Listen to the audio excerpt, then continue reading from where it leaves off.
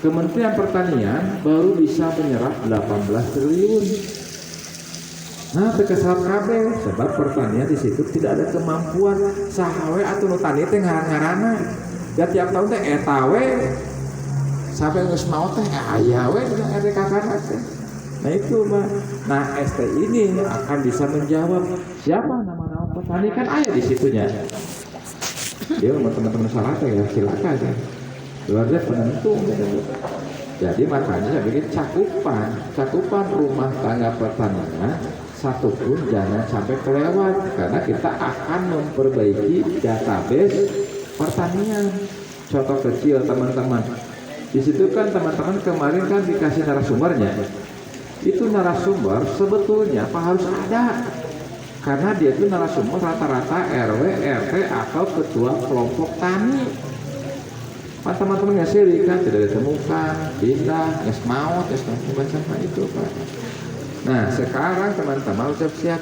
Kenapa? Pasti setiap kelembagaan isi ayat kebakaran jenggot Pak.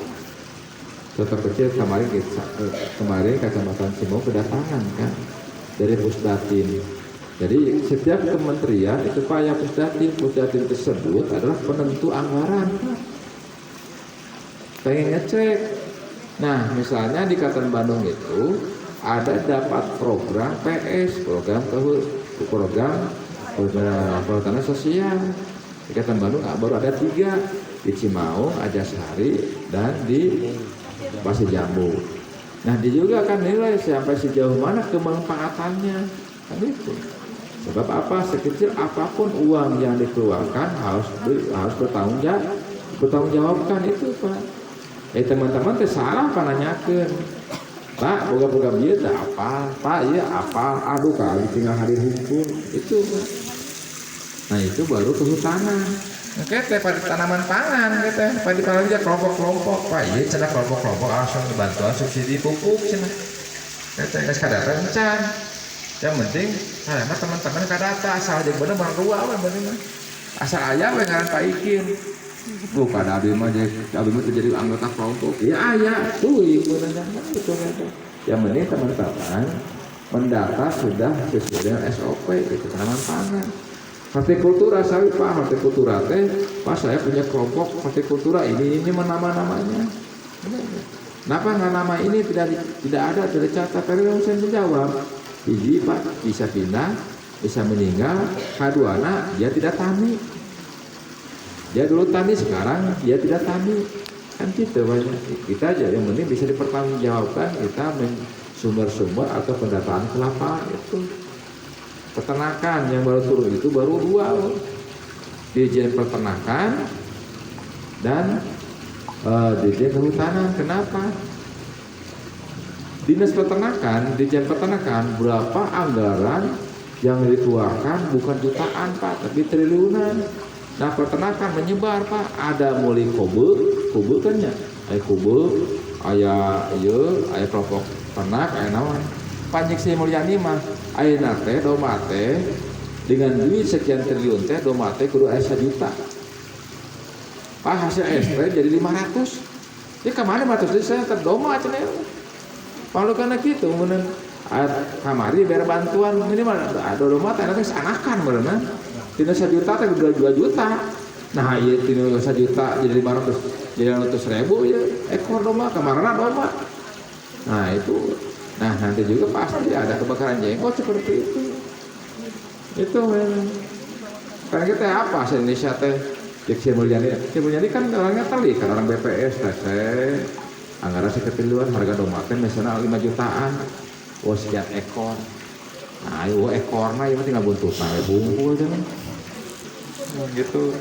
Nah itu akan dipertanggungjawabkan di masing-masing departemen. Nah, itu sebetulnya. Makanya sekarang kenapa dirjen sekarang di bawah pertanian sekarang itu merapat ke BPS ingin melihat perkembangan pertanian. Kan kemarin itu sudah banyak bantuan-bantuan ke musim Covid itu untuk meningkatkan bagaimana meningkatkan pertanian, apalagi Indonesia itu kan negara agraris kan. Pertanian gitu teh. Ini ya pertanian orang enak ke Vietnam ya kunaon teh gitu. Rata-rata cenah padi teh urang teh 8 ton. Tapi dengan produksinya rata-rata di salah pantauan dengan lamun sekian juta hektar lahan baku sawah teh bener lamun rata-rata ulah 7 hektar ge sekian ton Indonesia teh. Kali konsumsi rata-rata penduduk Indonesia rata-rata konsumsi itu bisa 0,3. Lamun aya 200 juta we na. Kalau 0,3 mun geus sabaraha tahuneun we. Bener geus cukup, nah itu cukup. Tadi kamanakan deui bener kan kitu Pak. Jadi program itu kan untuk meningkatkan hasil produksi itu Pak. Jadi teman-teman jangan kaget, yang penting teman-teman pas ke lapangan kita melakukan sesuai SOP udah gitu. Nah saya khawatir apa cakupan Pak. Namun cakupan teh hiji 2 anu kalewat anu ge ke Pagu sudah banyak WA zaman sosial nama. Saya sebagai petani belum ada datang petugas. Pas dicek ya Pak, lain petani naon mana boga sawah digadi-gadikeun ka batu menung hasil gitu. Ya dicacanya bukan dianya tapi dia sebagai penggarapnya. Kenapa? Mana sih beban anu pambesarna atau banyak resikonya kan sifatnya usaha kan kan resikonya. Panu kos abdi bisa nabi gaduh sawah di ujung burung tapi teu resiko. Nyaho panen we. Pasti caca nama itu lain abdi. Abdi mah tidak mengandung resiko yang terlalu besar. Nah, taran yang cai udah mah. Cara ngorek, cara mupuk, dan naon tunggu Pak abdi tos panen nya sok. Paling kitu mah helar. Kan gitu berenya. Nah, jadi kita juga banyak para pengusaha atau yang lainnya. Jadi seolah-olah dia itu tidak dicacah. Pas di probing ternyata dia bukan sebagai petaninya, tapi dia yang punya lahannya itu Pak itu. Jadi konsep-konsep pertanian juga teman-teman harus dipahami. Makanya kemarin pas datang dari Dirjen Pusdati Perhutani dan Provinsi Kabupaten Pemda ya yang ngomongnya. Makanya saya pas jadwal ke Kertasari, saya tidak akan bisa tidak bisa mendampingi. Saya sudah siapkan Pak F sama Pak Agus. Sudah pasti urusannya gitu. Nah alhamdulillah hasil laporan itu teman-teman tidak mengecewakan. Artinya teman-teman sudah sesuai dengan SOP. Kalau orang nanya ke jalannya, tengah aku tapi kumaha orang kan merekam informasi. Kita bukan polisi, bukan kejaksaan, orang banyak interogasi gitu ya. Yang penting teman-teman ketemu dan wawancara.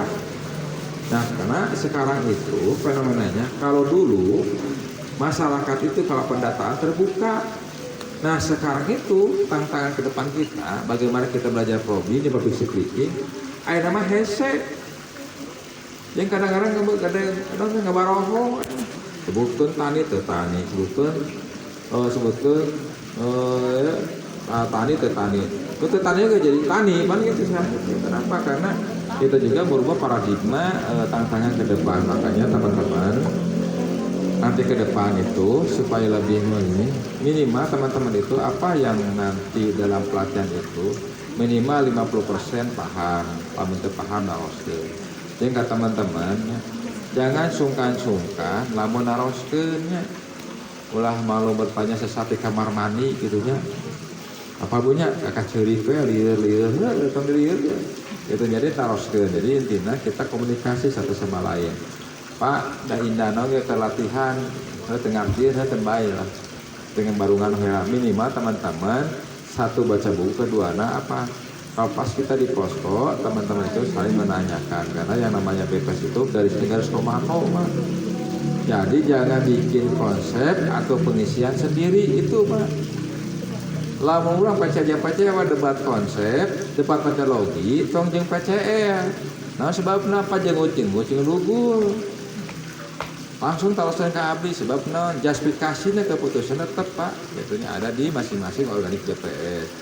Nah kacamata lain sama apa seperti itu konsep debar konsep metodologi pandebatnya PCJ yang PCL karena dia memahami Pak PCL yang PCL itu waktu latihan atau di posko ada yang nerima 60%, 40%, 80% tidak sama utuh 100% apa yang menjadi tanggung jawab penerbitan konsep.